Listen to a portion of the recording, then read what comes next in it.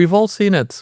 A high-value enterprise deal is sitting in commercial send, and the sales rep moves this to closed one with just one click, and in that entire process, nobody has really seen the deal. Upper management sees it for the first time when the deal closes.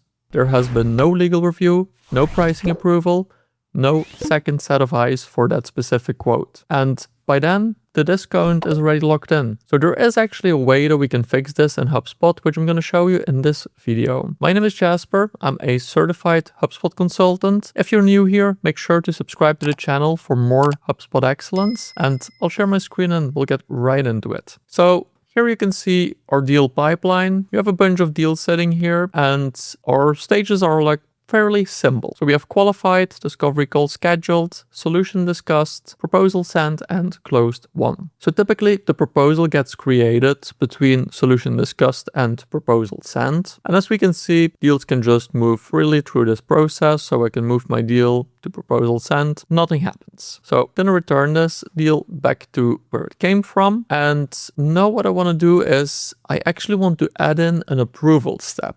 So this will put in a fixed constraint within the pipeline that certain deals have to go through. And just so you know, for this specifically, we do need Sales Hub Enterprise. So let's go to settings. We go to pipelines. And then here under pipeline rules, you're going to see that we have add an approval process for deals. That's what we're looking at in this video. So when we turn this on, we get to choose where we want to put this approval stage. So as I said, in our case here, we want this stage to sit between solution discussed and proposal sent. So I'll put this appropriately at 70%. And I can also change the name here. So for example, I can say proposal pending approval. So that means the proposal has been prepared and it's pending approval the moment that we drag it to that specific stage. So we'll click on next here and now we can choose whether we want all of our deals to go through this specific stage or if we just want deals who meet specific conditions. So for example, when we look at the specific conditions here, we can add some filters. And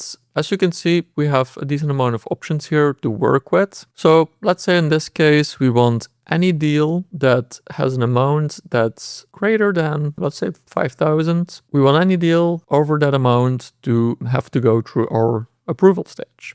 So we'll click next. So now in this step, we can choose the approvers for these deals, and we can choose up to 3 people that can or need to approve the deal. So for example, I'm going to select myself here as the approver, and then we have the option to choose whether all approvers need to approve the deal or if any one of the approvers would be sufficient. And then here we can add a note for the approvers. So this will be seen by all users in the account. So for example, here we can say this deal has a value over $5,000 and needs approval. So you can also add specifics there. So for example, if you have a specific process of certain properties that need to be filled out or certain constraints that people need to adhere to, you can add that as a note in here. So your sales rep could potentially already update some things before or like while they put the deal in the approval process. So here we can review how we did our setup. So in this case, we went for a fairly simple setup where we just set the amount is greater than 5,000. We can also do more advanced things. So for example, when there are certain line items or there is a specific line item that has a discount over a specific level, we can go very detailed in that. So those are options as well. In this case, we just kept it simple and we're going to click on save. And now when we go back to our deal pipeline, we're going to see here that we have our pending approval stage. Next, you also want to make sure to sign up for my newsletter, which will give you weekly HubSpot excellence straight to your mailbox. Sign up in the description below underneath this video. Now, I'm going to show you how the approval process works. So first of all, I'm going to quickly change this deal to a different owner so we can test this out. So John Smith is going to be the one owning this deal. And as we can see, this deal is over 5,000. So now when I try to track this deal to proposal sent, it's going to tell me that the deal requires approval. So the deal can only move past the approval stage after it's been approved or rejected in this case. I'll also show you when we have a deal under 5,000 that we can just pass that step. So if I take this deal here and I move it to proposal sent, that works perfectly fine. So now we move this to proposal pending approval. And as you can see here,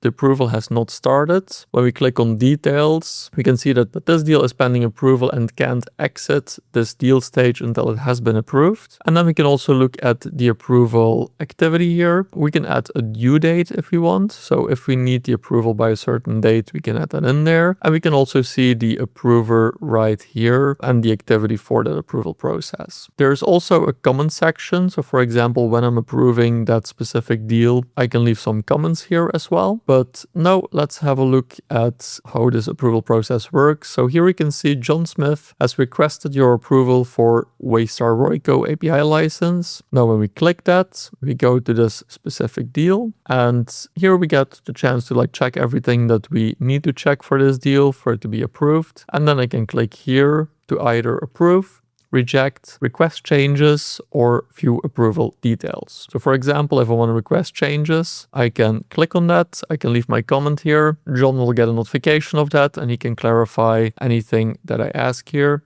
In this case, we're going to say the deal is approved. I can add an optional message to that approval. So if there's something that John specifically needs to mention while presenting this to the client, I can add that in here. I can click approval and now this deal has been approved. So now when we go back to our sales pipeline, we can see that that deal still sits in the pending approval stage. John, however, will have gotten this notification, and when he's ready, he can now move this deal to proposal sent. It's a very simple step to add, but it's a really strong process to add within your HubSpot setup to make sure that all of your deals are compliant. Now, one thing to add here is that you probably do not want every single deal to require approval. So I would definitely create a setup where most deals can just flow through the process and your sales rep should know how they can set up their deals, and that only let's say 10 to 20% really genuinely requires a human review that will hit that stop. The principle here is that approvals aren't really about control. They're more about routing the attention to the deals that actually need that attention. Now, if you want a good call to action at the end of this video, review your sales process. I'll also link a video up here specifically about how to set up a good sales pipeline, and identify one transition that absolutely needs a hard stop. And for everything else where you want some enforcement, but you do not really need that full stop, you'll want required properties for those deal stage transitions. And that's the next video on required fields as behavioral contracts. My name is Jasper. I'm a certified HubSpot consultant. I'll see you in the next one.